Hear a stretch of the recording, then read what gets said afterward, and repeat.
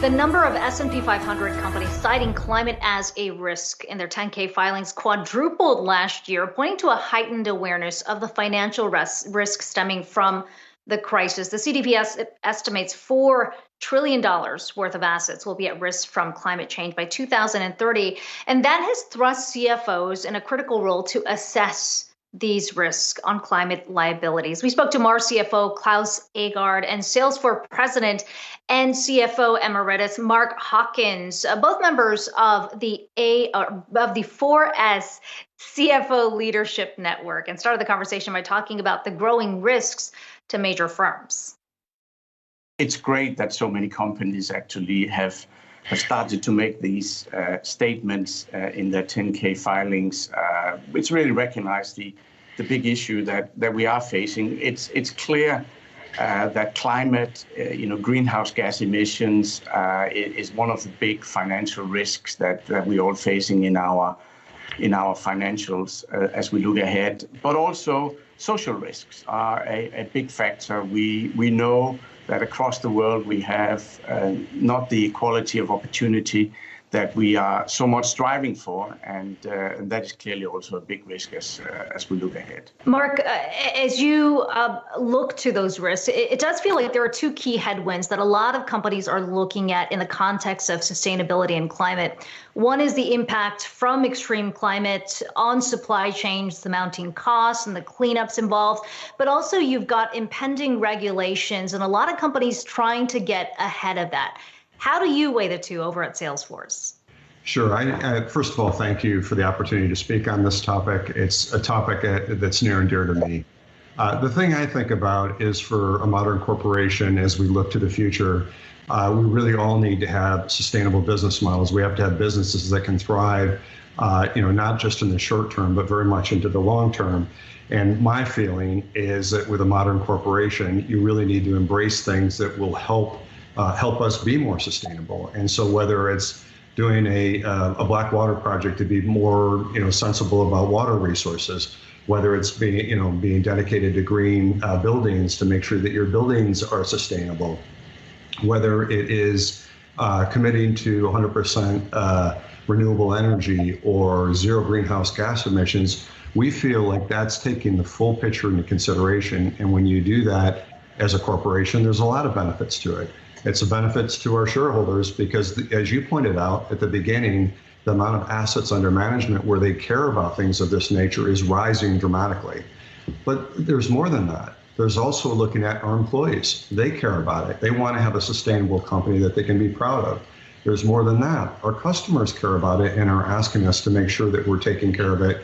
Our community is wanting us to be responsible. So we really feel that this is very integrated.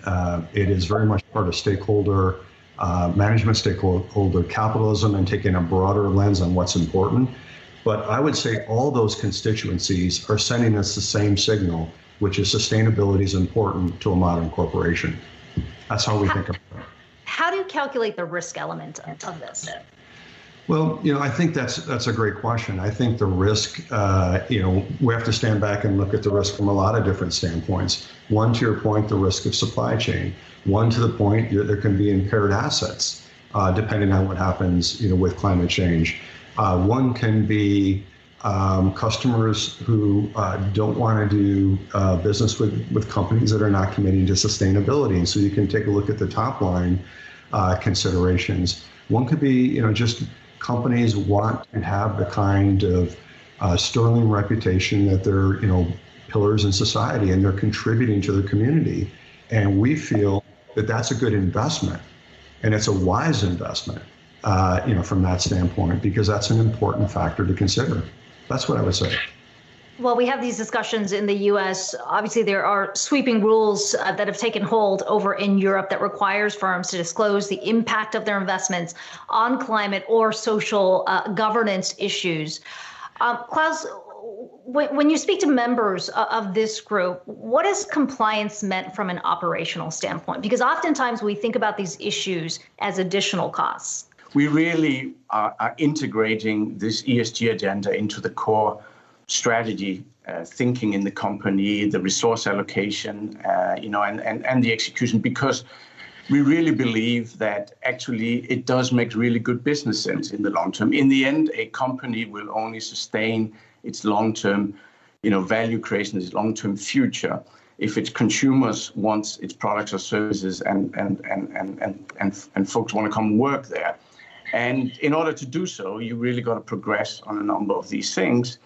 Otherwise, I think you will basically be losing out in the long run. So we're very focused on that, and therefore I think driving resource allocation to these topics that Mark just talked to through the strategy process, through the annual operating process in companies are really important. Mark, you've heard the criticism on this though, which is that maybe great that companies like Salesforce are moving aggressively on this, but there is no standardized definition for ESG, which allows companies who may not be as devoted to the issue to basically skirt it.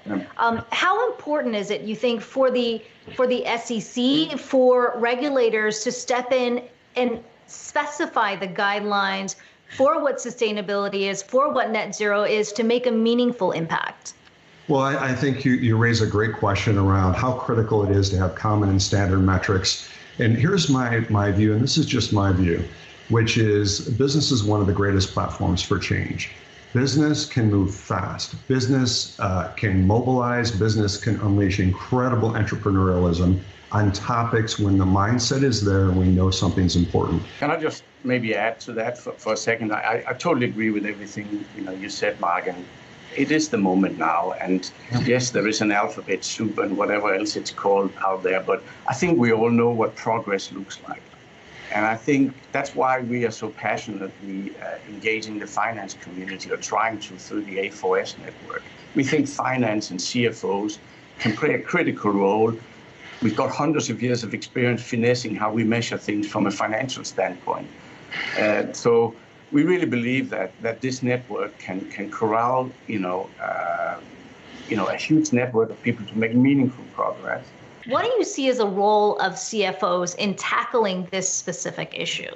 I see, first of all, I absolutely endorse the comment that you summarized. I believe that I've had the pleasure of working in technology for 40 years and be a public CFO for 15 years, and to watch the changing expectations, the rising expectations of a CFO is so much broader. The opportunity to impact your business in a strategic way, in an operational way, in a financial way, and to really be there shoulder to shoulder with the C-suite to really help shepherd the company is really the opportunity for what I would call a modern CFO today. I think in particular in the area of sustainability, I think when you come to a CFO, you expect rigor, you expect validation, you expect substance in important decisions that are going to drive the future. And that's what I think we can bring. That's what Klaus brings. That's what all of our friends bring that are in A4S, that have passion around being a leader that's going to be on the right side of history.